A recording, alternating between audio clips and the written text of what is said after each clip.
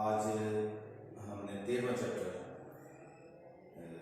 Book 2 का शुरू करना है। पास्टर कल मैंने आपको इसका थोड़ा सा इंट्रोडक्शन बताया था, पास्टर की लाइफ के हवाले से, उसके वर्क्स के हवाले से, उसके अचीवमेंट्स के हवाले से और ह्यूमैनिटी के लिए उसकी क्या खिदमात है, वो कल हमने डिस्कस किया था। आज हम इसकी टेक्स्ट जो है उसकी टेक्स्ट रीडिंग करेंगे। इसके लिए ज़रूरी है कि आपके पास किताब मौजूद हो। आप अपनी किताब से मेरे साथ साथ चीज़ें देखते जाएंगे, क्योंकि सेकेंड की अंग्रेजी में ट्रांसलेशन इतनी अहमियत नहीं रखती जितनी कि फर्स्ट ईयर रखती है। ना तो यहाँ ट्रांसलेशन का क्वेश्चन है और ना ही एमसीक्यू का क्वेश्चन है और ना ही कंपटीशन। सेकेंड ईयर की अंग्रेजी में सिर्फ 2 ही सवाल टेक्स्ट से आते हैं, एक है एक्सरसाइज का क्वेश्चन और दूसरा एडिशनल क्वेश्चन, और तीसरी बात जो ऑब्जेक्टिव में आती है वो है सिनोनिम। तो गोया हमने टेक्स्ट बुक में 2 ही चीज़ों पे फोकस करना है, एक सिनोनिम पे और एक एडिशनल क्वेश्चन हमारी टेक्स्ट से रिलेटेड जो एडिशनल क्वेश्चन है। तो let's start. I do hope कि आपके पास किताब मौजूद होगी। आप किताब जो है उसको ओपन करें, जिनके पास नहीं है वो किताब अरेंज करें और फिर मेरे साथ साथ इसको रीड आउट करते जाएं, ताकि हमें पता चलता रहे कि साथ किताब में क्या कौन कौन सी बातें जो है हम पढ़ रहे हैं और कौन कौन से सिनोनिम जो हैं अहम है, जो कि हमने कहानी नुक्ता नजर से उसको देखना है और उनको साथ साथ पॉइंट आउट करना है, और कौन कौन से क्वेश्चन जो हैं वो यहाँ पे आ सकते हैं।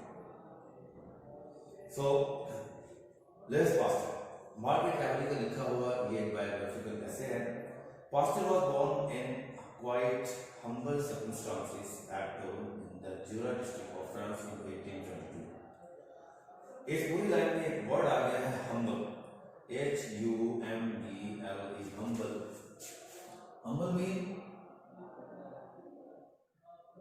plain, P-L-A-I, plain आ सकता है इम्तिहान में, simple या ordinary, even poor।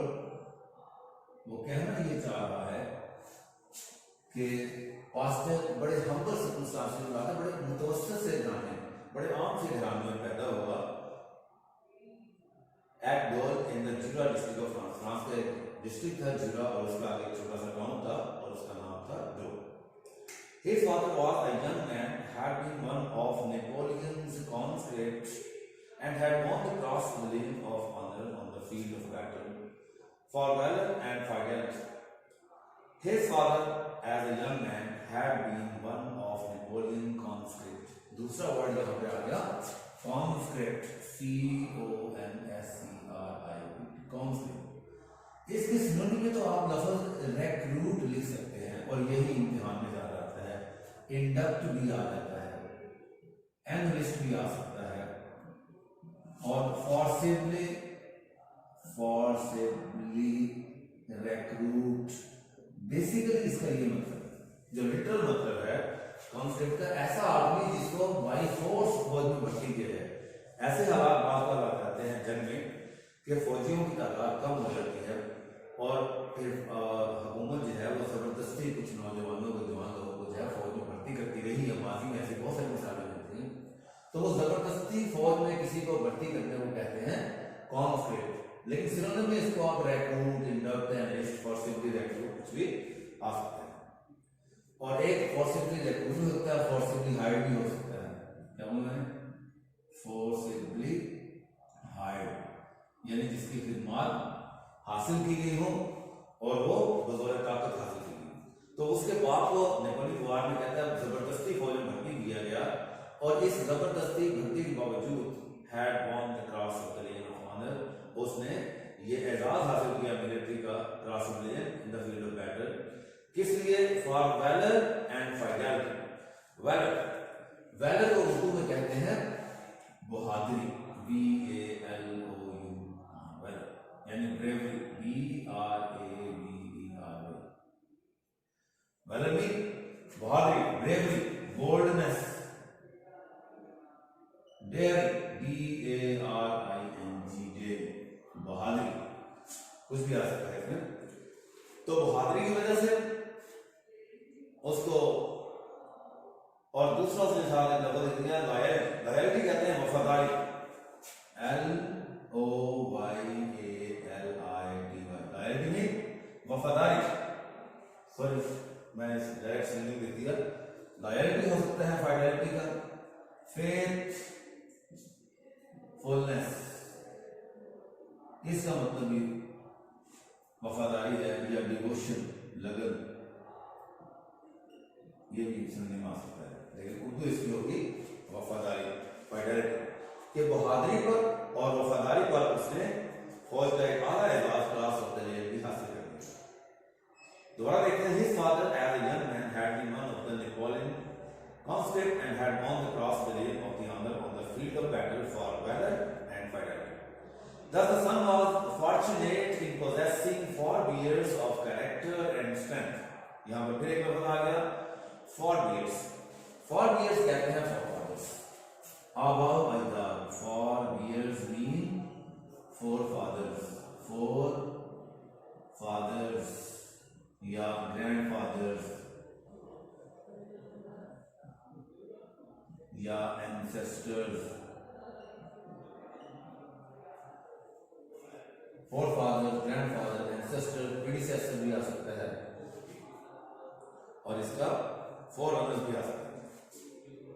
तो thus the son was fortunate, बेटा इस लिहाज से खुशकिस्मत था, in possessing 4 years of characters, कि आबाओ अजदाद की उसके अंदर स्ट्रेंथ भी थी और किरदार भी उसके अंदर पाया जाता था। इस हवाले से वो बच्चा यानी पास बड़ा खुशकिस्मत था कि उसके अंदर अपने आबाओ अजदाद का किरदार और ताकत भी पाई।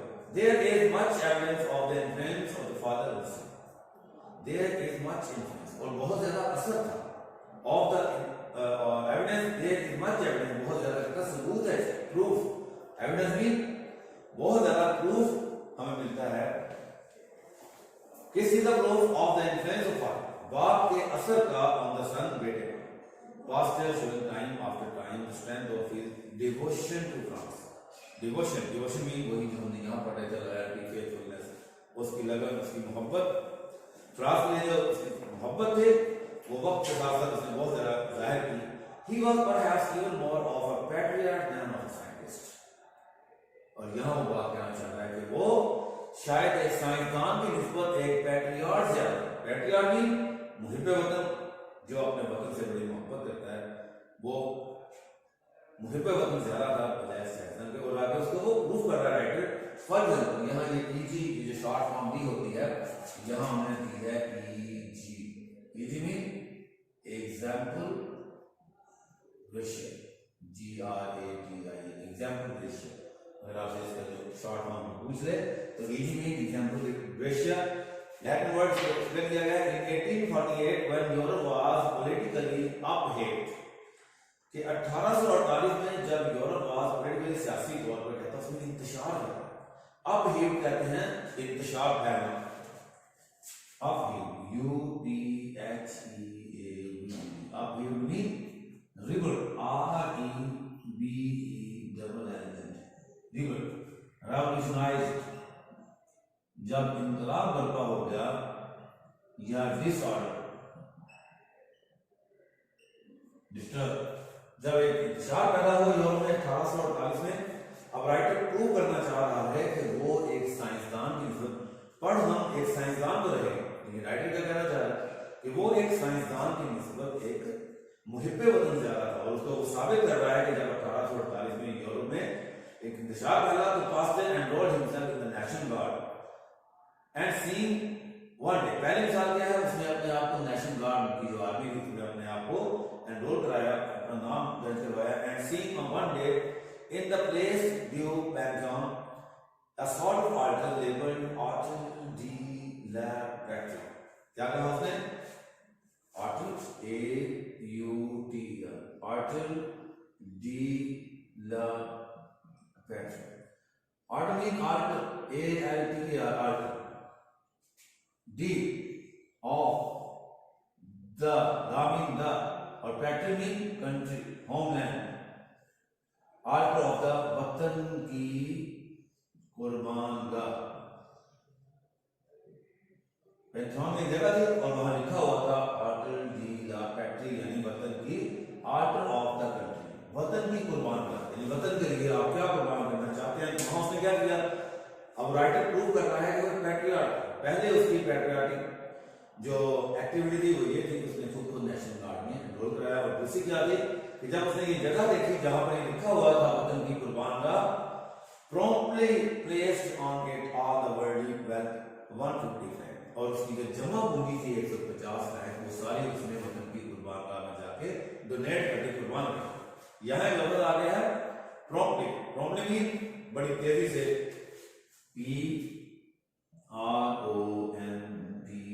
PROMPTLY, promptly mean hurriedly, quickly, suddenly, SUDDENLY, suddenly, hastily, quickly, hurriedly, suddenly, immediately, बहुत सारे मीनिंग है इसके। तो उसने जब बहुत फौरन क्या किया कि अपनी जमा पूंजी थी 150 फ्रैंक जो उनकी करेंसी है फ्रांस की, वो अपने वतन पे कुर्बान कर दी।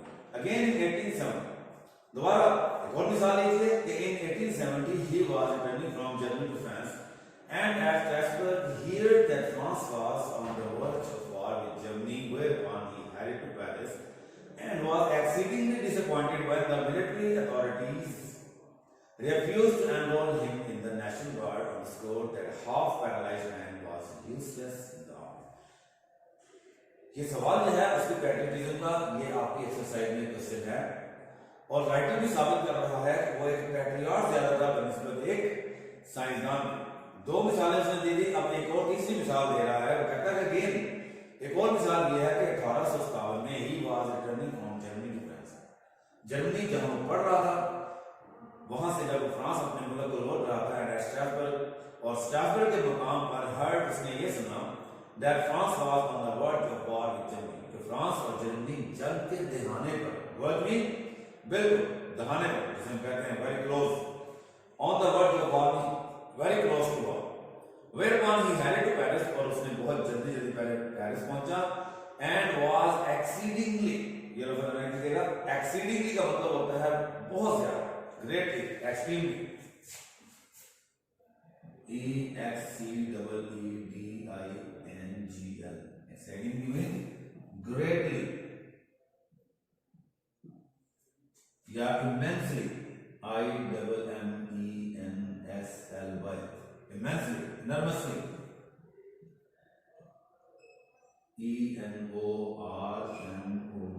ENORMOUSL, बहुत ज्यादा, greatly, immensely, enormously, hugely भी आ सकता है, hugely, tremendously, exceedingly का, remarkably, कि बहुत ज्यादा उस वक्त परेशान हुआ, बहुत ज्यादा उस वक्त डिसअपॉइंट, मायूस। पता चला कि उसका मुल्क, उसका प्यारा वतन फ्रांस और जर्मनी जंग के दहाने पर है, पेरिस पहुंचा, लेकिन वहां पहुंचकर बहुत ज्यादा उसको डिसअपॉइंट हुआ व्हेन द मिलिट्री अथॉरिटीज, जब अस्करी हुकाम ने रेफ्यूज, इनकार कर दिया to enrol him in the national guard, उसे अपनी आर्मी में, अपनी फौज में भर्ती करने से। On the score mean because of, किस वजह से इनकार किया, that half paralysed man was useless in the army, कि एक नीम फालिज, हाफ पैरालाइज्ड मीन नीम फालिज शुदा, कि एक नीम फालिज शुदा आदमी आर्मी के लिए बेकार है, फूल। उसके आगे वो वजाहत कर रहा है, तीन मिसालें उसने दी। पहली मिसाल अपने आप को एनरोल कराना, दूसरी मिसाल अपनी सारी जमा पूंजी जो है वो दे देना, और तीसरी मिसाल क्या थी कि अपने आप को आर्मी में एनरोल करने की कोशिश की, लेकिन वो इस वजह से डिसअपॉइंट हुआ कि आर्मी ने, अस्करी हुकाम ने उसे एनरोल करने से इनकार कर दिया। किस वजह से कि वो नीम फालिज, यानी उस पर हमला हुआ कि वो उसको इजाद कर रहा है कि he had a paralytic stroke 2 years before, 2 साल पहले उस पर फालिज का हमला हुआ था इन 1868, 1868 में, and never shook of the physical effects. Shook of से अंडरलाइन कीजिएगा, शूक ऑफ का मतलब होता है गेट रिड ऑफ, छुटकारा पाना। After 2 years he was able to continue his mental work as well as ever before, अगरचे वो अपना ज़हनी काम जो है वो पहले की तरह करने के काबिल था, लेकिन उसके जो फिजिकल असरात थे, उसके जो जिस्मानी उसके असरात थे, उससे वो माहिर नहीं हो सका। लेकिन अपना मेंटल रोल जो वैसे ही करने के काबिल है। तो मैंने अभी आपको लफ्ज दिखाया shake of, shook of, first form इसको बनेगी shake of. Shake of means allude, ELUD, escape या गेट रिड ऑफ, छुटकारा, कि वो अपने उस पैरालाइटिक अटैक जो था उसके जो जिस्मानी असरात थे उससे वो छुटकारा नहीं पा सका, अगरचे ज़हनी तौर पर वो वैसे ही काम करने के काबिल था जैसे कि वो पहले कर रहा था। However, to return to his boy, अब वो राइटर जो है उसके बचपन की तरफ जा रहा है कि अगर हम उसके बचपन का मुताला करें, when he was 2 years old, जब वो 2 साल का। अच्छा मैं एक बात छोड़ गया और वो है एक सवाल, एडिशनल क्वेश्चन जो है, और वो एडिशनल सवाल है कि why was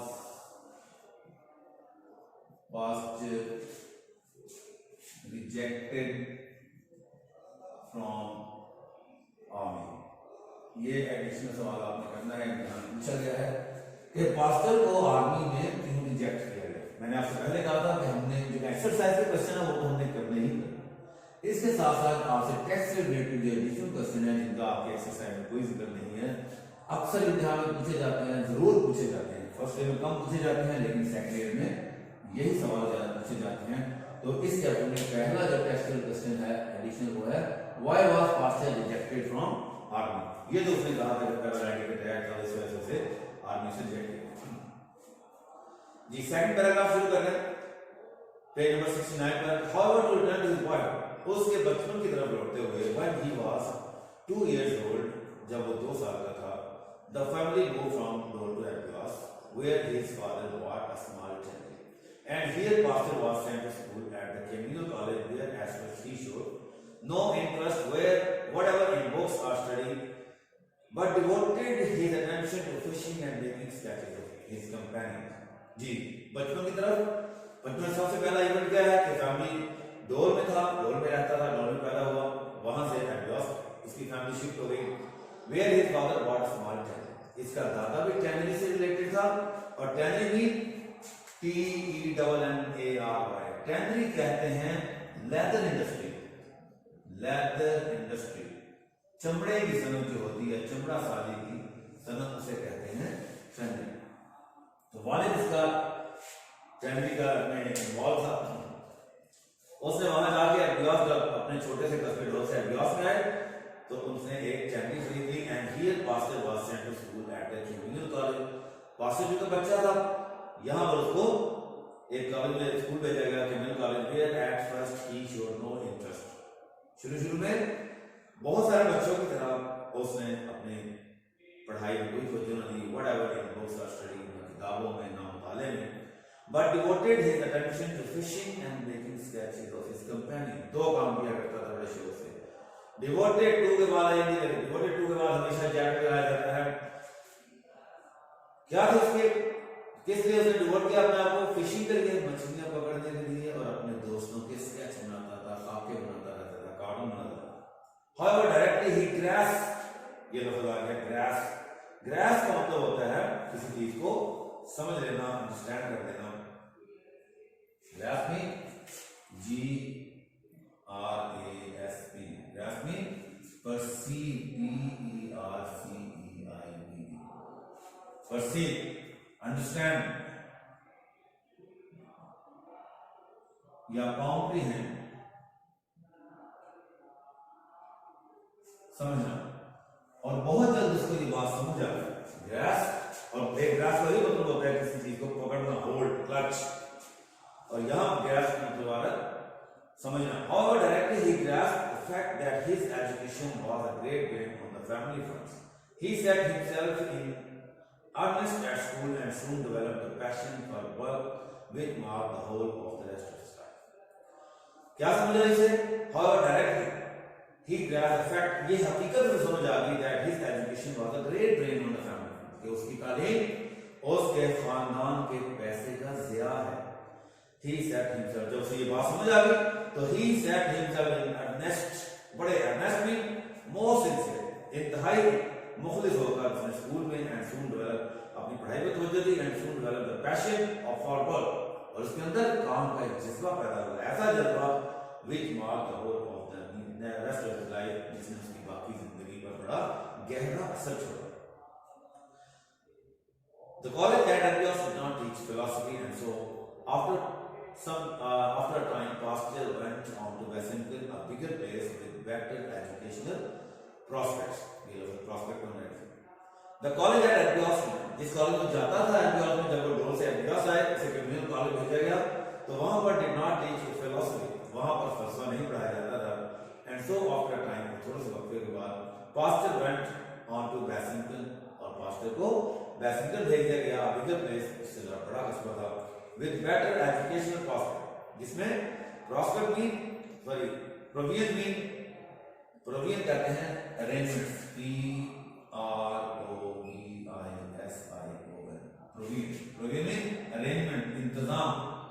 क्यों वहां गया वैशिंगटन में? क्योंकि वहां पर ज्यादा अरेंजमेंट था एजुकेशन का, ज्यादा चांसेस थे, प्रॉस्पेक्ट एजुकेशन, लिहाजा वो वैशिंगटन चला गया।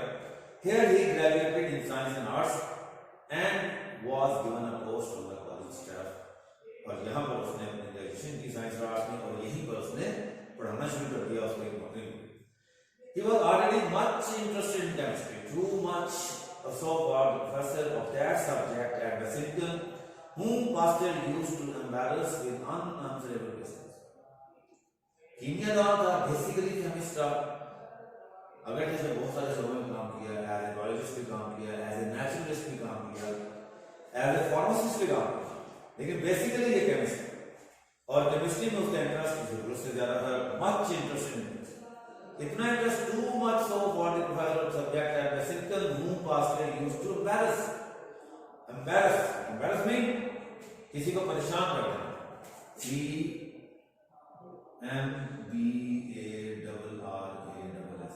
क्या करते ना, किसी को कंफ्यूज कर देना, अपसेट कर देना, किसी को गुस्सा दिला देना, एजिटेट कर देना, किसी को नर्वस कर देना, परेशान कर देना, डिस्टर्ब, ह्यूमिलिएट भी आ सकता है, डिस्टर्ब भी आ सकता है, एजिटेट, अपसेट, कंफ्यूज। तो क्या किया करता था?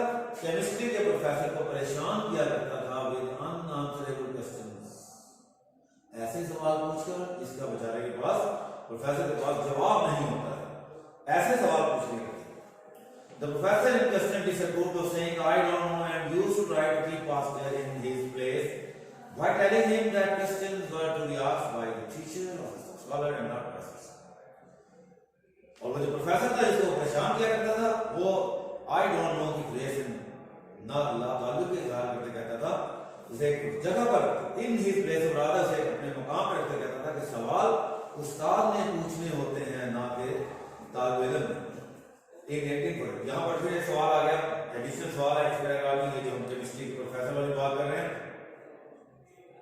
और सवाल आया करता है, ये भी सवाल इम्तिहान में आया हुआ है कई बार, कि हाउ डिड बात का आता है, या बात का आता है how would pastor embarrass the professor of chemistry, कि किस तरह पास्टर केमिस्ट्री के प्रोफेसर को परेशान किया करता था। how would Pasteur embarrass the professor of chemistry? तो वो सारी उसकी बात बताई, ऐसे सवाल पूछकर जिसका उसके पास जवाब नहीं था। In 1842, that is, ये I-E लिखा हुआ है, I-E, जैसे ये था, हमने E जगह पर एग्जाम्पल पेश किया, इसका होता है it और est, it has been, that is, ये भी लैटिन शॉर्ट में इस्तेमाल हुई है यहाँ पर, I-E, that is, it has, in 1842, that is when he was 20 साल का था, he went in for the entrance examination to the great École Normale in Paris and came out 14th on the list, whereupon he refused to enter, being so disappointed at not getting चलो, तो बात होती है 1842 में, जब 20 साल की उसकी उम्र थी तो वो इकोनॉमिक टेस्ट में जो इम्तिहान होता है मुकाबले का, उसमें अपीयर हुआ और पूरे मुल्क में 14वें नंबर पे 14th पोजीशन ली। लेकिन वो इस बात पे खुश नहीं, क्यों? वो समझता था कि वो हाई प्लेस पे नहीं है, टॉप पोजीशन पे नहीं है, लिहाजा he took the examination again in the following, अगले साल उसने दोबारा इम्तिहान दिया and was fourth on the list, और इस बार उसका लिस्ट में चौथे नंबर में नाम था, विच अपैरेंटली मोर और लेस सेटिस्फाइड। ये बात उसको किसी हद तक जो है वो पुरसकून नहीं और वो मुतमिन हुआ और लिहाजा उसने जवाब हासिल किया। सो स्टूडेंट्स, आज हमने एक पेज है वो कंप्लीट किया है आज के लेक्चर में। कल के लेक्चर में हम नेक्स्ट पेज और कोशिश करेंगे से ज्यादा जो है कवर करने। सो आज के पेज में हमने डिस्कस किए हैं, उनको नोट करें। अभी तक हमने दो एडिशनल क्वेश्चन देखे हैं, एक है why was pastor rejected from army और दूसरा है कि how would pastor embarrassed professor of chemistry. इस एक पेज से रिलेटेड जो आपके एक्सरसाइज के क्वेश्चन है वो है describe the early life of Pasteur, आपके पेज नंबर 77 पे एक्सरसाइज दी हुई है। Give some instances of Pasteur's paradigm, ये भी हमने पढ़ लिया है कि पास्टर के हुक्म वक्ती की कुछ मिसालें। ये दो सवाल हैं इस पहले पेज से रिलेटेड है और दो ही आपके एडिशनल सवाल हैं जो आपने इस पेज से रिलेटेड तैयार करना है। I hope that you will perceive all what I have said you. So कल मिलेंगे इंशाल्लाह।